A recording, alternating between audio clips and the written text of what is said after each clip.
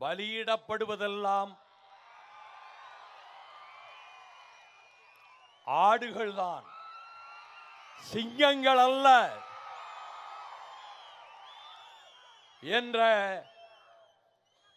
நெஞ்சிலே ஆணி அடித்ததை போல சனாதன சக்திகளின் சிரசிலே அடித்து காட்டிய இந்த நாட்டினுடைய அரசியல் சட்டத்தை ஆத்து தந்த உலகின் பல பல்கலைக்கழகங்களில் உயர்ந்த பட்டங்களை பெற்ற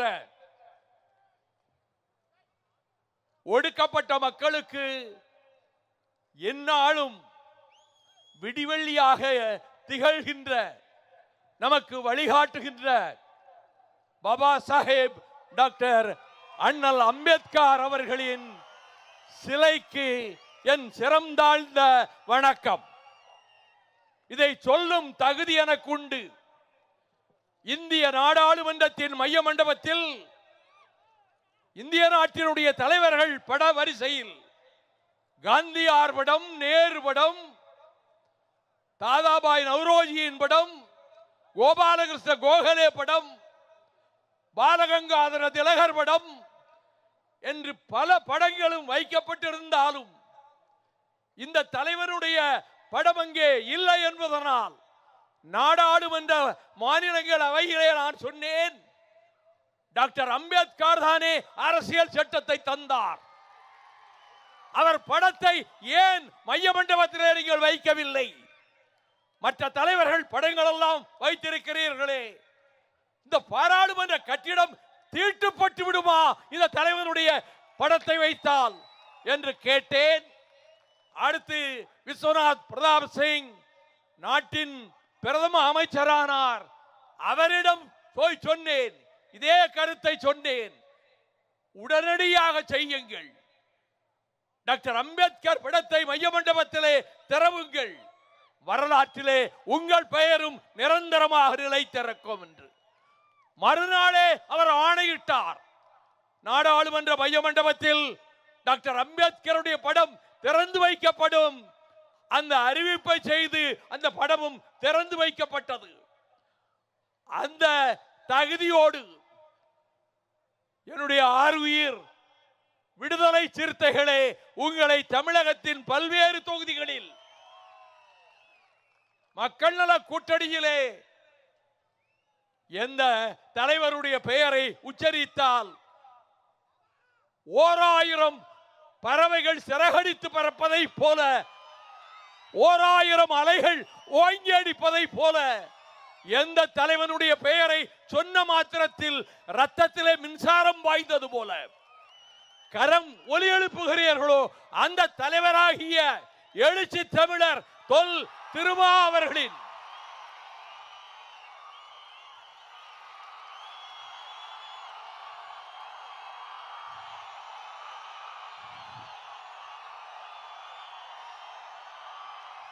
புரட்சி பெருவெள்ளத்தினுடைய பெருங்கதவுகள் திறந்து வைக்கப்பட்டதை போல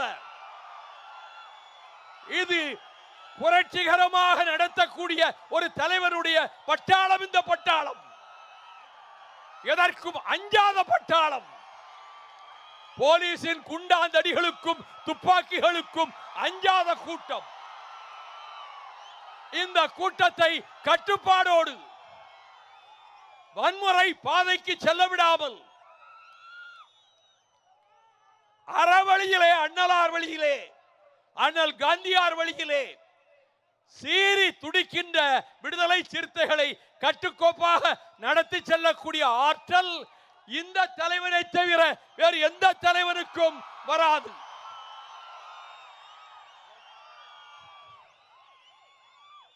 இந்த நிகழ்ச்சியில் தலைமையேற்றிருக்கின்ற நாடாளுமன்ற உறுப்பினர், பொதுச் செயலாளர், என் ஆருயிர் சகோதரர் முனைவர், தலை சிறந்த எழுத்தாளர் துரை ரவிக்குமார் அவர்களே, முன்னிலை ஏற்றிருக்கின்ற விடுதலை சிறுத்தைகளினுடைய பொதுச் செயலாளர் சிந்தனை செல்வன் அவர்களே, துணை பொதுச் செயலாளர் சட்டமன்ற உறுப்பினர் எஸ்.எஸ். பாலாஜி, சட்டமன்ற உறுப்பினர் ஆளூர் சானவாஸ், சட்டமன்ற உறுப்பினர் பரையூர் பாபு, முதன்மை செயலாளர் பாவரசு, துணை பொதுச் செயலாளர் தம்பி வன்னியரசு, மாநில செயலாளர் குணவழகன், மாவட்ட செயலாளர் பெரியார். இந்த நிகழ்ச்சிக்கு வாழ்த்துக்கள் எல்லோரும் தந்து கொண்டிருந்தாலும் சென்னை மாநகரிலே இருந்து கொண்டு திராவிட மாடல் ஆட்சியை அகிலம் திகைக்க நடத்தி கொண்டிருக்கின்ற நம்முடைய முதலமைச்சர் மாண்புமிகு தளபதி ஸ்டாலின் அவர்கள் நெஞ்சில் இந்த நிகழ்ச்சியை பற்றிய எண்ண ஓட்டம் தான் இந்த நேரத்திலும் இருக்கும். அவருடைய பாச அன்பை பெற்று இந்த கூட்டணியிலே அங்கீகரிக்கப்பட்ட கட்சியாக விடுதலை சிறுத்தைகள் கட்சி வெற்றி விழா கொண்டாடுகிறது என்றால் இந்த வெற்றிக்கு உரிய நாயகன் எழுச்சி தமிழர் ஆவார். இந்த அங்கீகாரம் தேர்தல் கமிஷன் தருவதற்கு முன்பே உங்களை போன்ற லட்சோப லட்சம் வாலிபர்கள் தங்கள் இதயத்திலே தந்து விட்டார்கள். உங்கள் ரத்தத்தில், வியர்வையில், கண்ணீரில் வார்ப்பிக்கப்பட்ட இயக்கம் விடுதலை சிறுத்தைகள் கட்சி. நான் எப்படி தமிழீழ விடுதலை புலிகளை, என் தலைவன் பிரபாகரனை நான் போற்றுகிறேனோ அதே போலத்தான் விடுதலை சிறுத்தைகளின் தலைவரை இந்தியாவுக்கே வழிகாட்டக்கூடிய ஆற்றலைகளிடம் இருக்கிறது. ஒடுக்கப்பட்ட மக்களிடத்தில், குடிசைகளிலே, சேரிகளிலே நலிந்து போன மக்களாக விளிம்பிலே இருக்கக்கூடிய மக்களுக்கு அதோ தெரிகிறது வானத்திலே நிலவு, ஏறத்தாழ முழு நிலவை போல தெரிகிறது. ஆனால் என்றைக்கும் துருவ நட்சத்திரம் அந்த வானத்திலே தெரியும். அதை போன்ற ஒரு அரசியல் துருவ நட்சத்திரம் தான் இங்கே உங்களுடைய வாழ்த்துக்களை பெற்றுக் கொண்டிருக்கிறார் நம்முடைய எழுச்சி தமிழர் திருமாவளவன் ஆவார்கள். இமயத்தின் உச்சியிலே புலிக்கொடியை நாட்டியவன் கரிகால் பெருவளத்தான் என்ற திருமாவளவன். அந்த பெயரைத்தான் 1962ஆம் வருடம் ஆகஸ்ட் மாதம் 17ஆம் தேதி அங்கனூரிலே அவரது பெற்றோர்கள் பெற்று தந்தார்கள். அங்கனூரிலே 62 பிறந்த திருமாவளவன் அவர்கள் இன்று 62 அகவையை கடந்து 63வது வயதிலே அவர் அடியெடுத்து வைத்திருக்கிறார். எவ்வளவு பெரிய கூட்டம், அலைகடல் போல ஒரே உணர்ச்சி, எல்லா தோழர்களுடைய உள்ளத்திலும் ஒரே உணர்ச்சி, ஒரே கட்டுப்பாடு, ஒரே கண்ணியம். அப்படி இருக்கக்கூடிய இந்த நிகழ்ச்சியில் கலந்து கொண்டிருக்கின்ற திராவிட முன்னேற்ற கழகத்தின் முன்னணி தலைவர்களிலே ஒருவர், துணை பொதுச் செயலாளர், மாண்புமிகு தொழில்துறை அமைச்சர், ஆருயிர் சகோதரர் முனைவர் பேராசிரியர் பொன்முடி அவர்களே, இந்திய தேசிய காங்கிரஸ் கமிட்டியினுடைய ஒருங்கிணைப்பாளர், என்னுடைய அன்பு சகோதரர் வழக்கறிஞர் பீட்டர் அல்போன்ஸ் அவர்களே, மார்க்சிஸ்ட் கம்யூனிஸ்ட் கட்சியினுடைய மாநில செயலாளர் அருமை தோழர் சண்முகம் அவர்களே, இந்திய கம்யூனிஸ்ட் கட்சியினுடைய மாநில செயலாளர் அன்பு அண்ணன் இரா முத்தரசன் அவர்களே, மனிதநேய மக்கள் கட்சி சட்டமன்ற உறுப்பினரும் பொதுச் செயலாளருமான கண்ணியத்துக்குரிய அப்துல் சமத் அவர்களே, திராவிட முன்னேற்ற கழகத்தின் மாவட்ட பொறுப்பாளர் முன்னாள் நாடாளுமன்ற உறுப்பினர் அன்பு தம்பி டாக்டர் பொன் கௌதம சிகாமணி அவர்களே, திராவிட முன்னேற்ற கழகத்தின் மாவட்ட பொறுப்பாளரும் சட்டமன்ற உறுப்பினருமான டாக்டர் லட்சுமணன் அவர்களே, அன்னியூர் சிவா அவர்களே, மணிக்கண்ணன் அவர்களே, விழாவை ஒருங்கிணைக்கின்ற பொன்னிவளவன் திலீபன் மலைச்சாமி, விடுதலை செல்வன், சேந்தநாடு அறிவுக்கரசு, தனஞ்சலியன், இரண்யன், சரவணன் உள்ளிட்ட இந்த வெற்றி விழாவை ஒரு மாநாடாகவே நடத்தி காட்டி இருக்கக்கூடிய அன்பு சகோதரர்களே, எழுச்சியோடு திரண்டு வந்திருக்கின்ற அன்பு தாய்மார்களே, அருமை பெரியோர்களே, கூற்று உடன்று மேல் வரினும் கூடி எதிர்க்கும் ஆற்றல் அதுவே படை என்ற வள்ளுவன் வாய்மொழிக்கு இலக்கணமாக ஈட்டி பாய்ந்தாலும் இமை கொட்டாது மார்பு காட்டுகின்ற வீரர்களாம் விடுதலை சிறுத்தைகளே, வணக்கம். எழுச்சி தமிழர்களுடைய சாதனை, தன்னந்தனி மனிதனாக அரசு உத்தியோகத்தை தூக்கி எறிந்துவிட்டு கூடல் மாநகரின் வீதியிலே வந்து உரிமை இழந்து ஒளி இழந்து சேரி பகுதிகளில், குடிசை பகுதிகளில், ஒவ்வொரு கிராமத்தினுடைய ஓரங்களில் வாடிக்கொண்டிருக்கக்கூடிய தன் சகோதர சகோதரிகளை, தலித் மக்களை நேரடியாக போய் சந்தித்து அங்குள்ள 5-10 இளைஞர்களை உடனழைத்துக் கொண்டு ஊர் ஊராக சென்று விடுதலை சிறுத்தைகள் கட்சி என்ற ஒரு கட்சியை நிறுவனம் செய்து அதை படிப்படியாக வளர்த்து ஒவ்வொரு தேர்தலிலும் ஒரு சின்னம் கிடைத்தாலும் சளைக்காமல் அதிலே போட்டியிட்டதோடு மட்டுமல்ல, என் லட்சியம் பானை சின்னம் நமக்குரியது, அதை பெற்றே தீர்வேன் என்று. போன முறை எல்லா இடங்களிலும் பானையிலே நிற்க முடியாவிட்டாலும், ரவிக்குமார் நிற்க முடியாவிட்டாலும், இம்முறை இப்பொழுது அறிவிப்பு வந்திருக்கிறது அல்லவா, இனி இந்த கட்சியினுடைய சின்னம் பானை சின்னம்தான். பசியால் வாடுகிற போது அறுசுவை அன்னத்தை நம் தாய் படைக்கிறாளே, அது அந்த பானையிலே தான் படைக்கிறாள். 5000 ஆண்டுகளுக்கு முந்தைய நாகரீகம் தமிழர் நாகரீகம் என்பதற்கு அடையாளமான சாட்சியங்கள் எதிலே கிடைத்திருக்கிறது தெரியுமா? முதுமக்கள் தாளியிலே.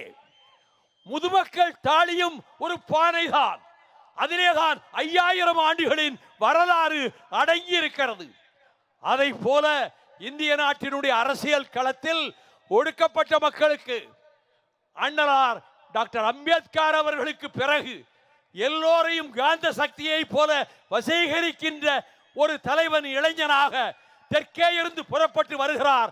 அவர்தான் திருமாவளவன் என்று மற்ற மாநிலங்கள் எல்லாம் ஏங்கி எதிர்பார்க்கிற அளவுக்கு குறைந்த நாட்களிலேயே இந்திய நாட்டின் அனைத்து தலைவர்களுடைய அன்பையும் பாசத்தையும் பெற்ற ஒரே தலைவர் நம்முடைய திருமாவளவன் அவர்கள்தான்.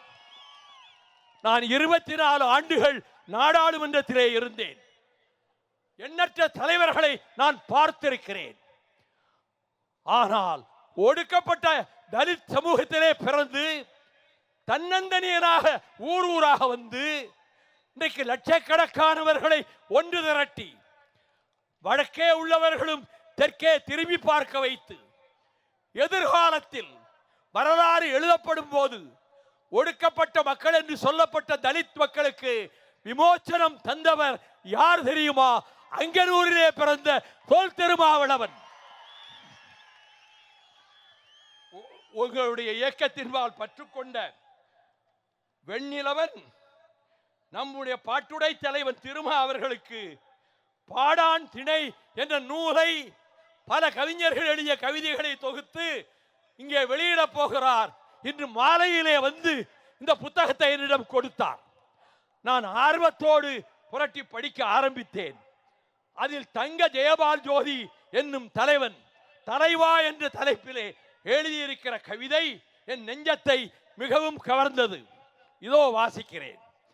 ஆகத்து 17 அங்கனூர் எனும் ஊரில் அண்ணலவர் மறுபடியும் வந்துதித்தார்.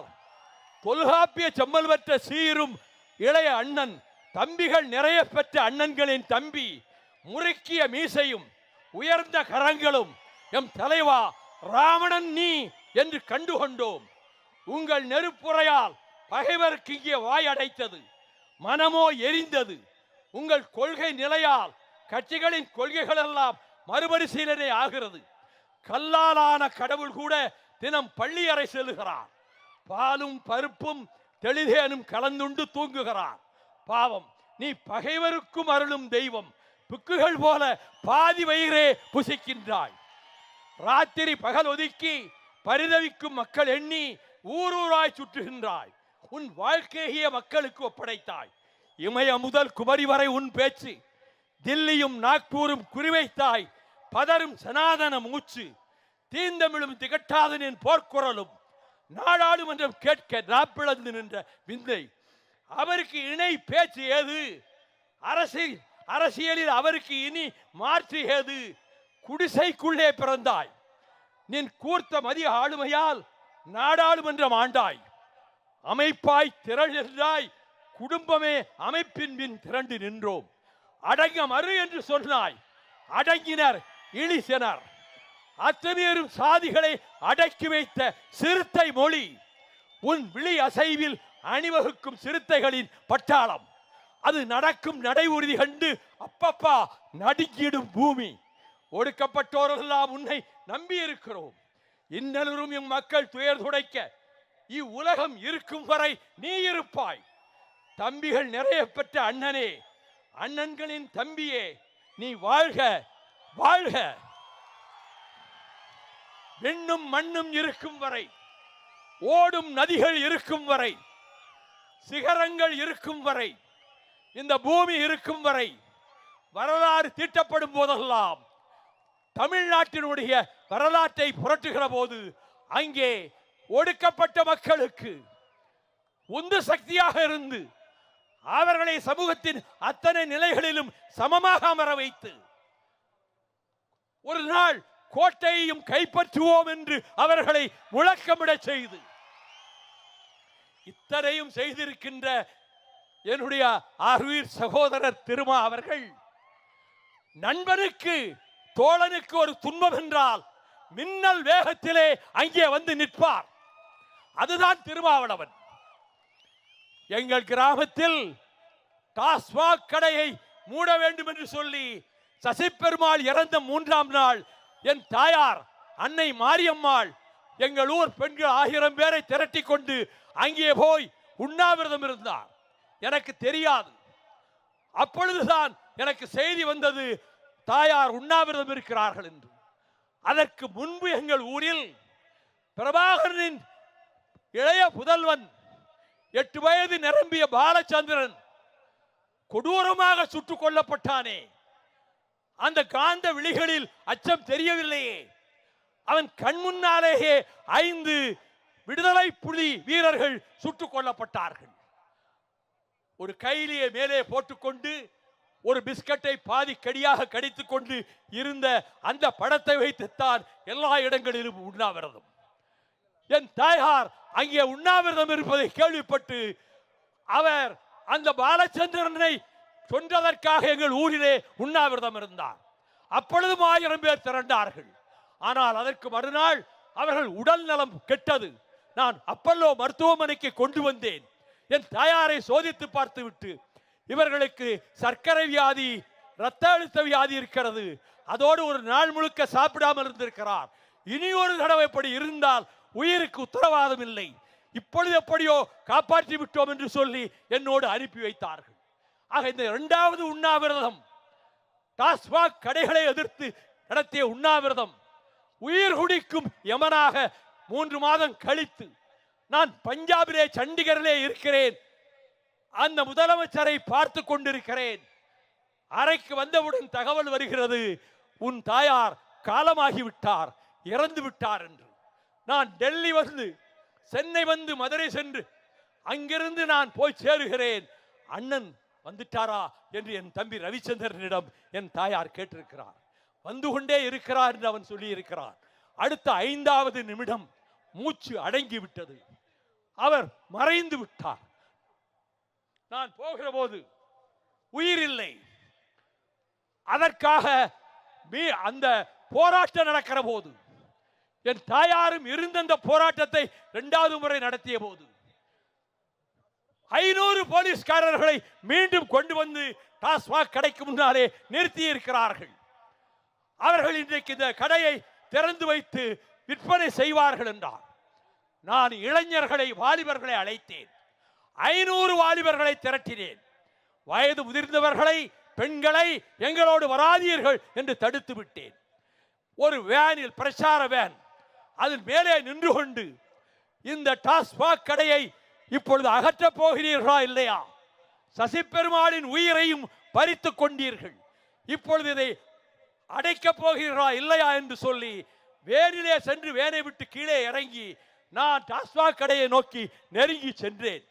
என்னோடு வந்த 500 வாலிபர்களில் 100 பேர் பாய்ந்து சென்று அந்த டாஸ்மாக் கடையினுடைய பூட்டை முதலிலே உடைத்தார்கள், கதவை முதலிலே உடைத்தார்கள்.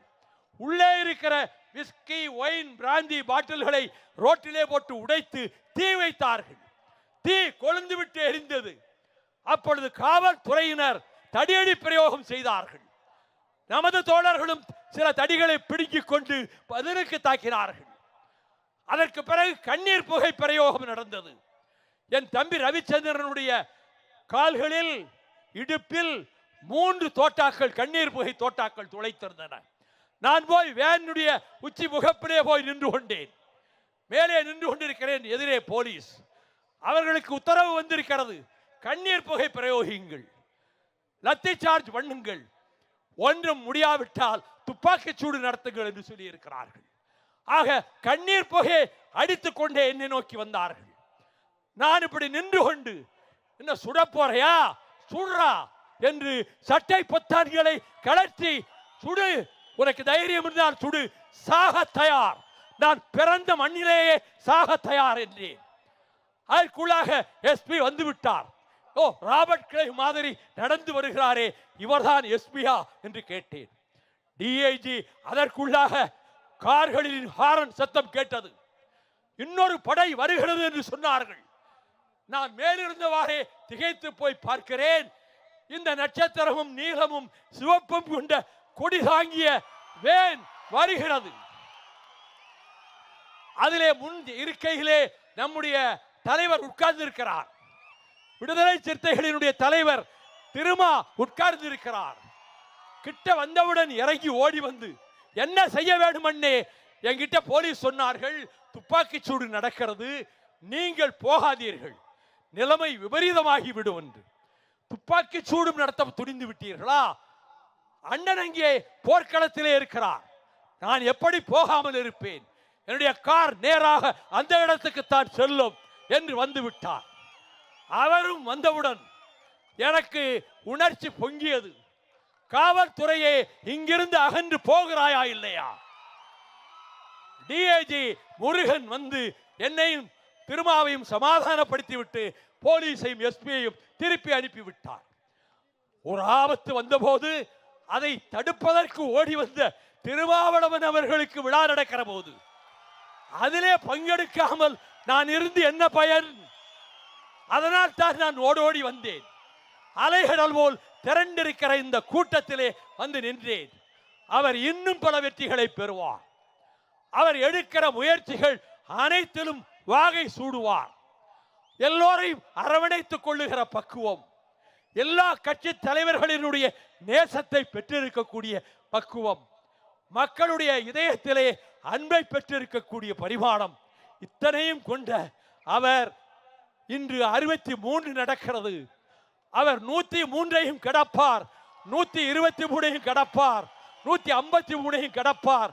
வாழ்க வாழ்க, பல்லாண்டு வாழ்க, பல்லாயிரத்தாண்டு புகழோடு உனின் பெயர் திருமாவளவன், அது நிலைக்க நிலைக்க என கூறி விடைபெறுகிறேன். நன்றி, வணக்கம்.